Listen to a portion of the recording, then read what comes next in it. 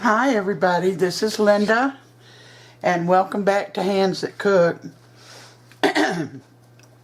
Tomorrow is St. Patrick's Day, so I just thought this up.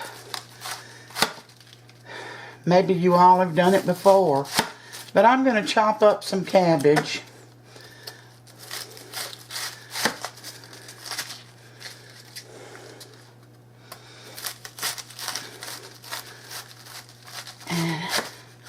I'm heating up a big cast iron skillet.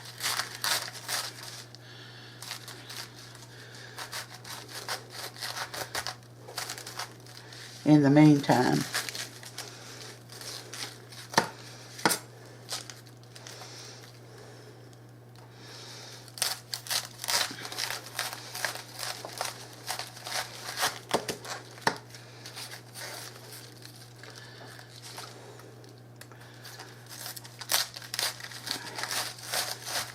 let's see here.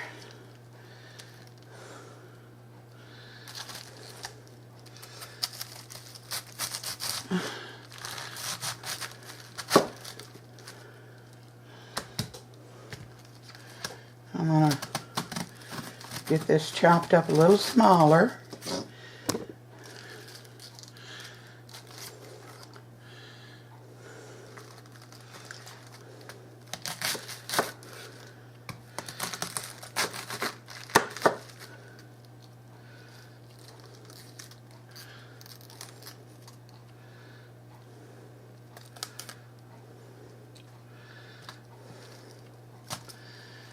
And I'm going to move you over to the stove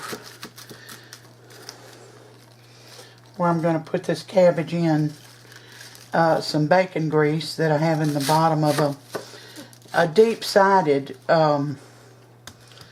cast iron skillet. So I'll bring you back. Alright, I've got all that cabbage in this deep dish wrought iron skillet, but you don't have to use a wrought iron skillet. You can use any pan you want to. Now I'm going to put a top on this. I've got it cooking slow, like 2.4 or 3 or 2 on my stove.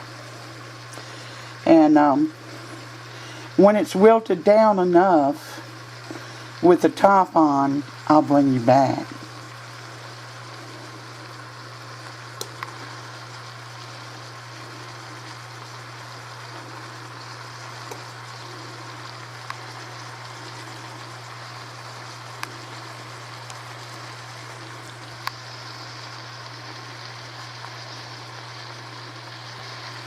I thought I would anyway. Hold on.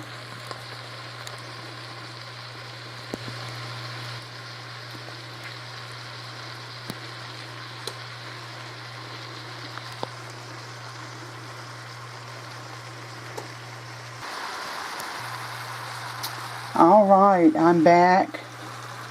This is about 30 minutes after I set this on a low temp to cook down. I didn't add any water because cabbage releases a lot of water, and I'm going to let it go more. Now, if you have a small family, you don't have to use the whole cabbage. Use what you think you'll eat or need.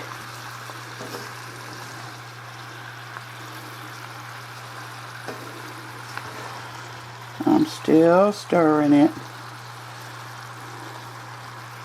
And I'll bring you back when this gets done. And I go to the next step. How's it looking? Is it cooking down?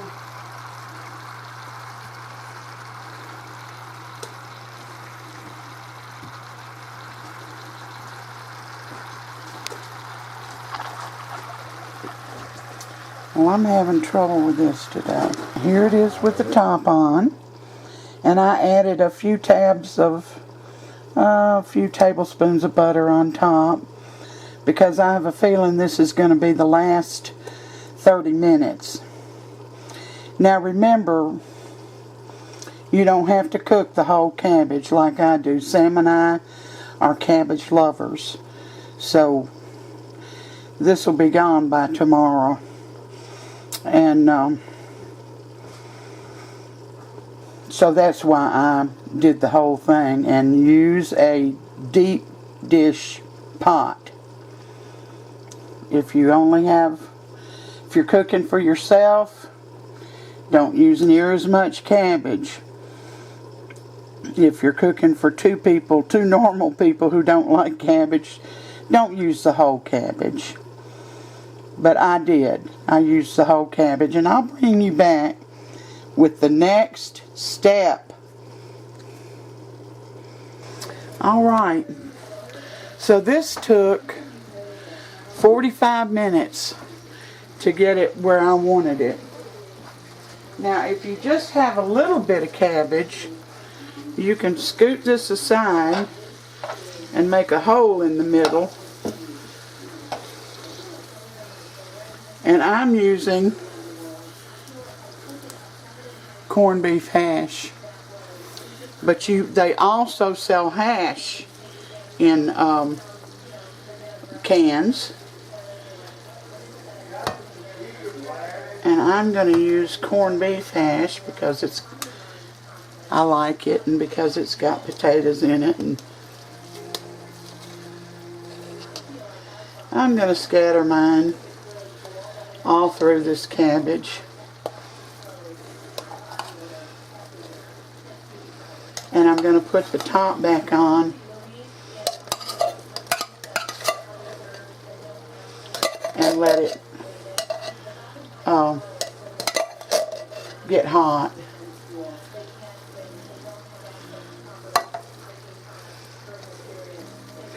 And when it's done, which shouldn't take very long now, I'll bring you back and we'll let Sam taste it.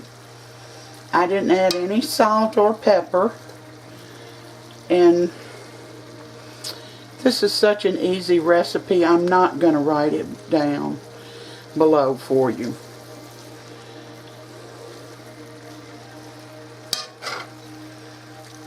So,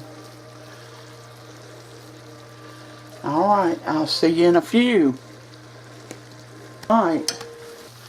I think everything's heated. It took the cabbage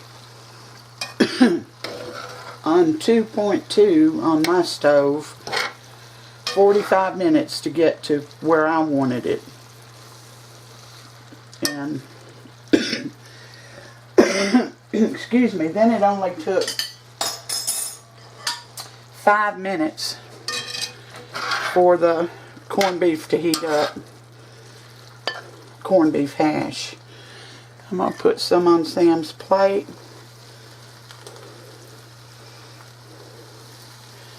And we'll see how he likes it. Now you may want to add 2 cans of corned beef hash or hash. It's up to you.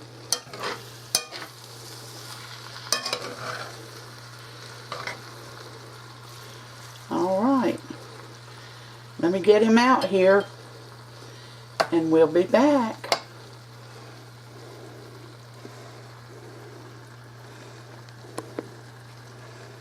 Guys, I got Sam here, and he's going to taste this and tell us what he thinks of it.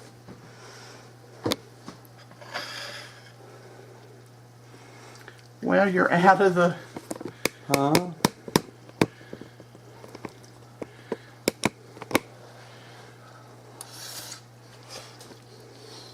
That's good.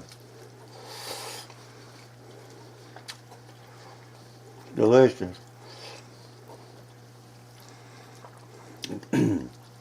Good hearty meal on a cold wet day like today.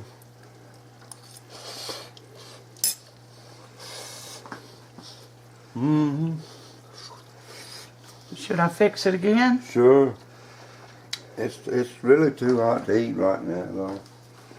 But you do like it. I love it. Yeah. I love corned beef and cabbage. Well, this is corned beef hash, but you can do it with corned beef. Yeah, well, it's got corned beef in it. Yeah, it's very good. Good for us, too. All right, guys. You have a great St. Patrick's Day and try this. If you don't want to buy a big old corned beef brisket, and buy yourself some cabbage and a can of either corned beef or corned beef hash. Mm-hmm. All right, guys.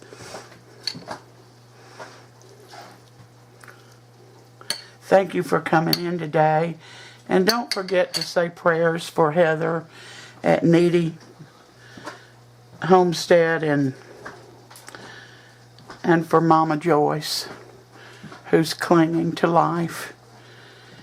So thank you for coming in today and spending part of your day with me. I appreciate it very much. And until next time, you all take care, and may God bless every one of you.